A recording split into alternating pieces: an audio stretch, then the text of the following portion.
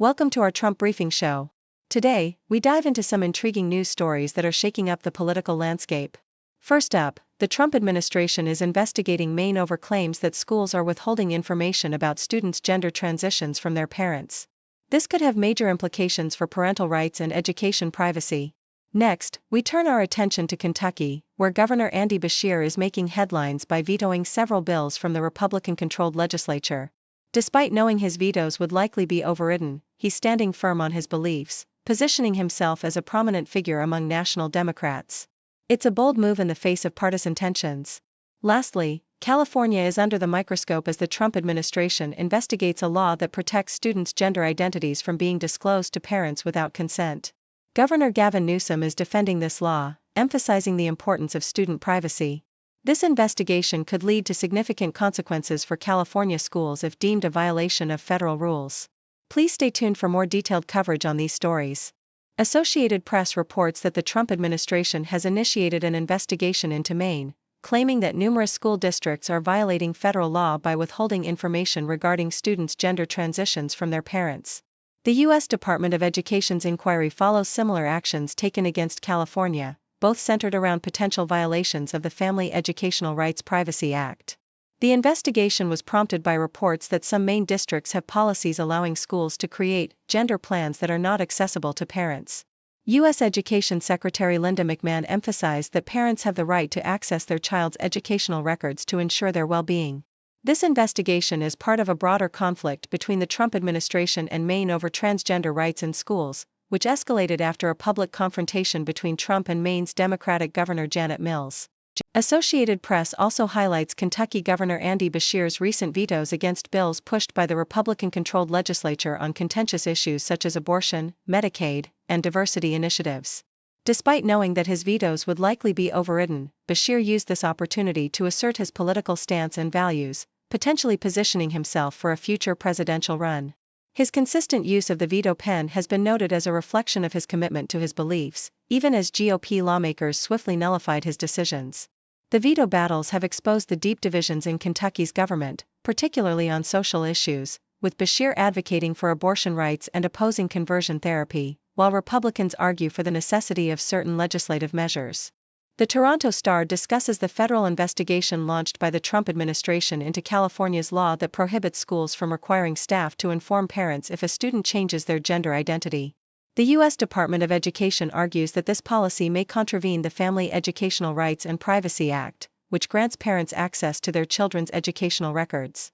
California's Democratic Governor Gavin Newsom defended the law, asserting that it protects student privacy, particularly for those from unaccepting households.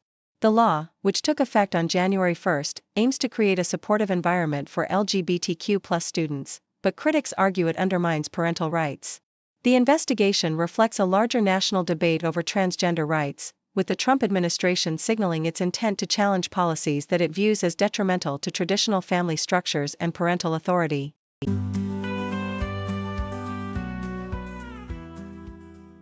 The Toronto Star reports on the ongoing legal battle involving Mahmoud Khalil, a Columbia University graduate student facing deportation by the Trump administration due to his involvement in campus protests against Israel. In a New Jersey court, Khalil's lawyers argued over the appropriate jurisdiction for his case, as the government seeks to move proceedings to Louisiana, where Khalil is currently detained. Despite not being charged with any crime, the administration claims his activism poses a threat to U.S. foreign policy. Khalil, who was born in Syria and is a legal U.S. resident, has been a vocal advocate for Palestinian rights, a stance that has drawn scrutiny and accusations of anti-Semitism from officials.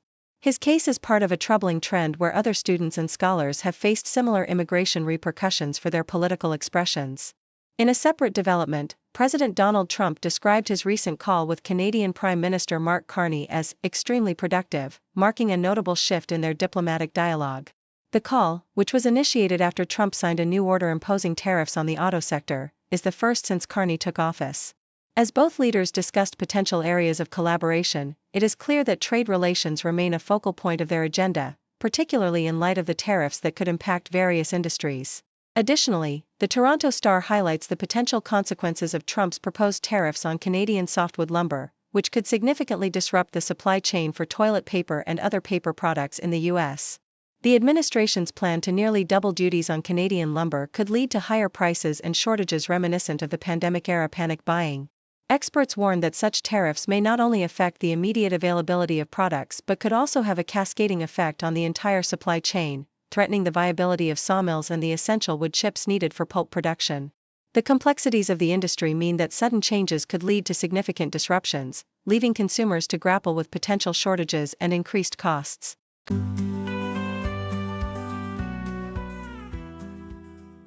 The Toronto Star reports on a significant phone call between U.S. President Donald Trump and Canada's Liberal leader Mark Carney, which was described as extremely productive. In a surprising shift, Trump refrained from his usual taunts, instead hinting at a future collaboration following Canada's upcoming election. Carney, however, has signaled his intent to respond forcefully to Trump's proposed tariffs, emphasizing that the traditional close-knit relationship between the two nations has changed. He warned Canadians of the impending trade war's painful consequences while calling for unity against Trump's tariff threats. NDP leader Jagmeet Singh echoed this sentiment, urging Canadians to stand together against the U.S. administration's aggressive tactics. CNN highlights the complications surrounding a deal involving U.S. consortium BlackRock's attempt to purchase 2 ports in the Panama Canal Zone, which has been delayed by Chinese regulators. This investigation comes amidst President Trump's incorrect assertions that China controls the canal, despite it being under Panamanian management. The canal is vital for global trade, handling about 4% of maritime traffic, and the tensions between the U.S. and China have escalated with new tariffs announced by the Trump administration. The historical context of the canal's control adds depth to the current geopolitical landscape, as Trump pushes for a re-evaluation of American influence and interests in the region.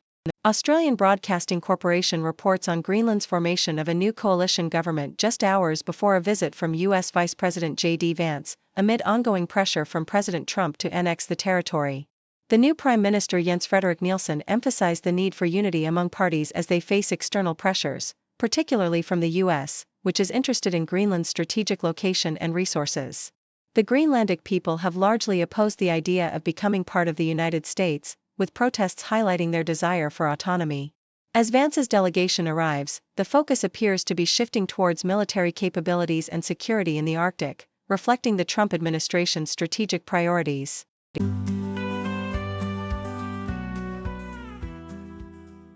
Associated Press reports that Wisconsin's Democratic Governor Tony Evers recently vetoed a Republican bill aimed at reinstating older standardized testing benchmarks for student assessments. This decision follows changes made by state school superintendent Jill Underly, who, responding to feedback from teachers, adjusted the scoring thresholds and performance benchmarks for school district report cards to better reflect student capabilities. Republicans criticized these modifications, claiming they diluted educational standards and hindered fair comparisons with students nationwide. The vetoed bill sought to enforce a scoring system aligned with the National Assessment of Educational Progress for the Wisconsin Forward Exam and other key assessments, reverting to categories like below basic and proficient, which differ from the current descriptors used by the Department of Public Instruction. Despite acknowledging that Underly's changes may have been a misstep, Evers opted to maintain the revised scoring system. Thank you for tuning in. The content above showcases the latest briefing reports and analytical synopses, thoughtfully curated by the 6Do team. These insights stem from a wide array of reputable media outlets, think tanks, government sources, and specialized experts worldwide. We encourage you to explore these sources for a comprehensive perspective. Keep in mind that while the content may not always align with the official standpoint of 6Do Brief, it's not meant to be taken as absolute directives for decision-making. Comprising seasoned media professionals, learned scholars, and accomplished scientists, the 6Do team embodies a trailblazing, fully independent media entity. To customize 6Do Brief to meet your professional needs, you have the option to subscribe to a diverse array of briefings on our website, 6dobrief.com. Regardless of your location, you can conveniently receive 6Do Brief via email.